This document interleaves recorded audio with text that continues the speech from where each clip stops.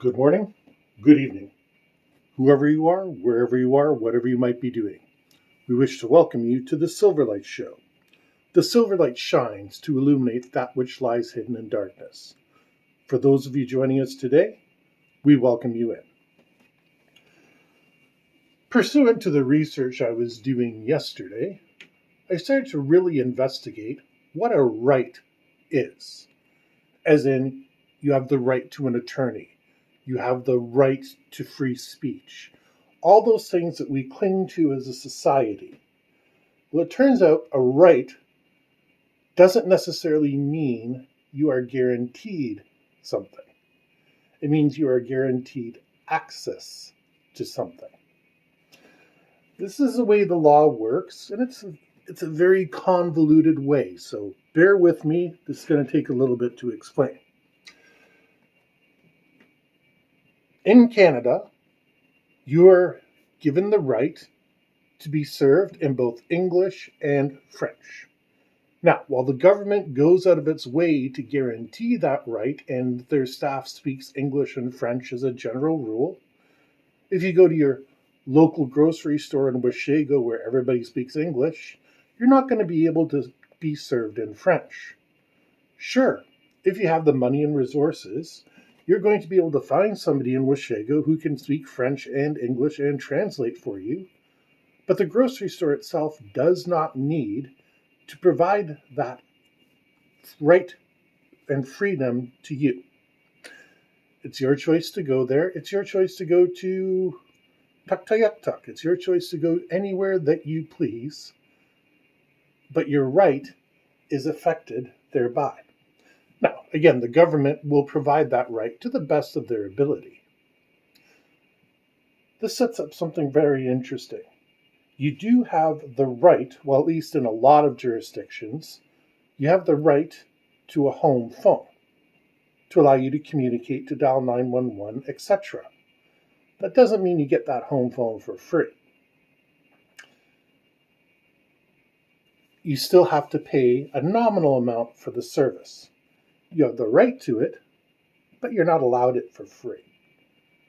So you're starting to see a pattern here.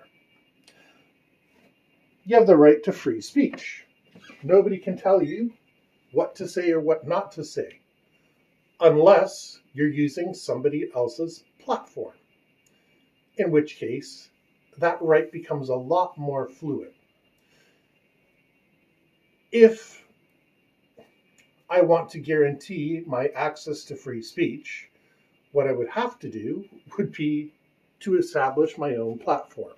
Facebook is under no such obligation because they're a private platform. So my right to free speech doesn't apply. When you sign up, there's a list of things that they want you to sign off on. And one of them is they have the right to limit your speech. The intention of this is so that the evil people, like the ones that like to abduct people and stalk them and stuff like that, don't have a platform, and they can get them off the service.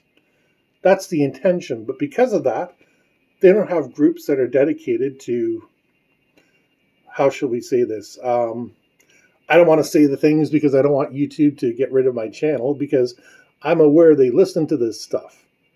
And but I think you get the idea. You do have a right to free speech. And if you recall, a few months ago, there was a movement to provide an alternate to Facebook.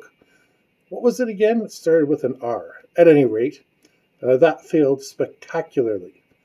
Not because it wasn't giving people what they wanted, but because it was so inherently corrupt that, it went under. It's not coming back. Now, Facebook is the number one platform. YouTube is the number one platform. Google is the number one platform. There's no denying any of this. So while you might have the right to access information, that doesn't mean they necessarily need to provide it for you.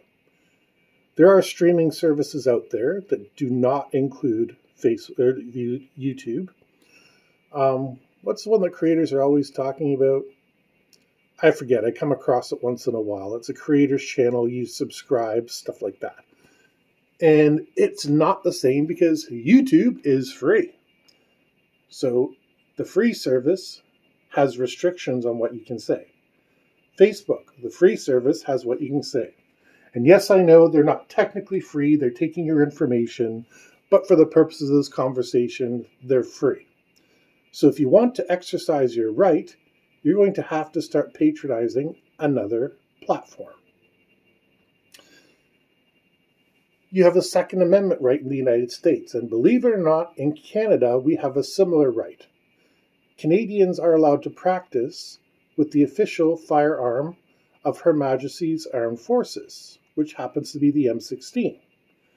Now, no Canadian has fought this in court so far as I know, but it is in our Constitution. Despite the fact we have a right to bear arms, that doesn't mean everybody automatically gets a firearm. No. They can turn around and they can put anything they want on top of a firearm. They can make them cost $1 million. Each bullet is $10,000. You would still have the right to it. Just it's not very easy to access that right. They can make you do 16 license applications and you would still have the right to do them. Even though each license application would cost you a huge amount of money and a lot of study and a lot of time, you would still have the right. A right doesn't automatically mean snapping your fingers and boom, something appears in front of you. A right just means you're guaranteed access to something.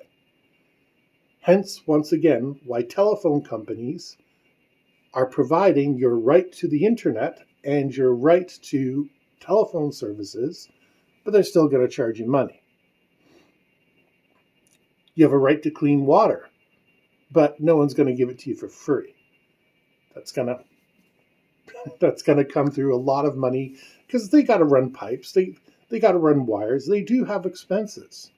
Now, admittedly, during the pandemic, all of these places shot up in profit. And that's because they were trading on a universal right. They knew you had to come to them for their services. You needed their water, you needed their phone lines, you needed their internet. And because of that, they made off like bandits. Governments were dumping money into them to help make sure that they were okay, and they were posting record profits. But because they had to ensure, the governments had to ensure your right to be able to go out and choose a service, that was the cost of doing business. They had to fork that money over. There was no choice. A right is a very confusing thing. The police perhaps say it best. You have the right to remain silent. That means you can choose to remain silent or not. And as a general rule, it is in your best interest to remain silent at that point. Mostly because at that point, the police, despite the fact they might be acting friendly, are recording everything, hoping that you're going to say something. Once you're arrested, the police are going to try some way to get you to say something that they can use against you. And that's the adversarial system. You know, one person pitted against another. That's the way life is. Even though you have rights, suddenly your freedom of speech, they have to let you know you have the right to remain silent. You can choose whether to access that or not. A policeman may or may not decide to enter into evidence the conversation that you had. But your rights all of a sudden become very suspect. Rights are not what people think they are. Just because you are granted a thing doesn't mean you're guaranteed a thing. Despite the fact that's what it says, you are guaranteed these sovereign rights, blah, blah, blah, in such magnificent language, it only means you have access to it. I mean, everybody has the right to free commerce, but that doesn't mean that someone's going to give you a car. My neighbors have the right to privacy. That's why I've zoomed in on the tree today, because I'm respecting their right to privacy. And those kids don't deserve to be on the Silverlight Show. Not because they're not good kids, not because they're not people with good ideas, but because they did not consent. I'm respecting their rights by showing you the tree in a little better detail. I didn't have to, But the same token, I'm choosing to respect their rights. It's a choice. We all have to make that choice for ourselves. And like I said, the language of a right guarantees you access to a service. It doesn't guarantee you're going to get that service. You walk to McDonald's, you can't demand food even if you're starving. They're not obligated to give you food. But at the same token, you have the right to security of the person. It's all very bound up in legalese, and this is me trying to simplify it in the best way I can. And it works best when applied to the Second Amendment. Because like I said, you are guaranteed access to firearms, but it doesn't say what price those firearms can be. It doesn't say what licensing you would need in order to get access to those firearms. So when you're in there and you're saying an amendment is under attack, just be thankful amendments are able to be under attack. Because there was an amendment that prohibited the sale of alcohol in the United States.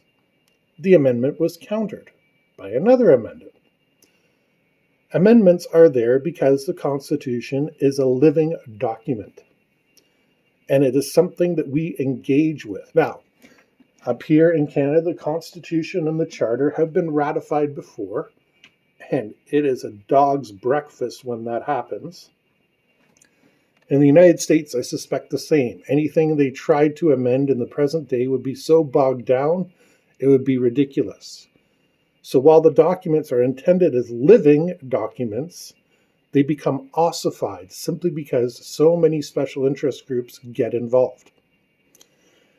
And this is the danger that we are all in. By fighting to protect our rights, we're not recognizing what they are. Again, you have the right to access services. You have the right to access goods. But at the same token, you're not just going to get given them. No one in this world is going to give you anything you don't go out and earn. So rather than saying you have the right to free speech, realize that you're under a platform that, in a world of 7.5 billion people, there's some rather not nasty characters out there. I mean, I keep forgetting I pick up the 8-year-old's tablet and it's got the parental filters on, and I go to search for a video that I think is funny or amusing or whatever, and hey, this video doesn't exist. Well, yeah, because we've taken the rights away from our children. And according to the government, we're all children. Do you know why? Because we act like it sometimes. The riot in the Capitol in January, the defacing of statues, like these are the acts of children. Rational adult human beings discuss things. They don't need to resort to screaming, and they don't need to resort about calling each other names. They can get passionate. They can raise their voice, make no mistake. But at the same token, rational debate is how civilized people solve things. We've allowed ourselves and our rights to be abused to such an extent that we have encouraged the privileged people who think they're entitled to everything to turn and say, oh, my rights. Well, again, your rights only guarantee you access to certain things. They don't guarantee you those things. So, when you're in a private institution, you do have certain rights, but they're at the leisure of that private institution. A restaurant can kick you out if you're making a fuss. No question about it. That doesn't limit your right to freedom of travel. That simply means that you are abusing the rights of the other people there. And, most notably, just because you have the right to something, it doesn't mean everybody has to provide it. I have the right to freedom of speech, and I have the right to speak in French or in English. But if I go 3 doors along, knock on the door, I know that company, that family doesn't understand French. Most people don't. And they might not like everything I have to say. And it's my right to say it, and it's their right not to listen. It's their right to tell me to please leave their property. It's my right to choose not to listen, and it's my right in return to decide to step into the police car. That would be a bad idea, in my opinion, but some people would go that far. The main point is rights are a guarantee that you have access to something. Like I said, the telephone company has to give you access to their services. They just don't have to make it easy. And the same is true for every other right. You do have the right to free speech, but not on Facebook or YouTube. Believe me, I've got some things I'd love to say on this channel, but I'm not stupid. I'm not worried about getting demonetized. I'm only worried about getting my channel hounded out of existence. So keep that in mind. The next time you hear somebody rambling on about their rights and how they have the right to freedom of speech and Facebook is squelching it and this, that, the other thing, no, they aren't. You're using a private service. You signed on to the terms when you agreed to be part of that service. And in a way, you've waived your rights. Although you only had access to those rights in the first place. Since you chose not to access them on sign up, that means you don't have the right to use them. Know your rights. They're important, but they're far more important for dealing with government agencies who are willing to bend over backwards to extend you your rights, employers who may choose to abuse your rights, intentionally or unintentionally. I don't want to say anything bad about the many good corporations out there, not the multinationals, but there's a lot of good corporations that at least try to do well. And honestly, it's been something that's bothered me ever since I read it yesterday. And when I looked into rights, yeah, you do have the right, but I can't turn around and guarantee anything, or I can't guarantee that anything will be given to you. You can only guarantee that you have access to it. I've said that a few times, so obviously I don't want to say it again. Anyway, this is an important thing to remember for everybody who's advocating for your rights out there. Please remember, it's important to keep those rights in mind. It is. It's worthwhile to know all your rights, not just one or two. Don't just pick and choose the ones that are important for you. Your right to a jury trial is important to remember, but it doesn't apply in all cases.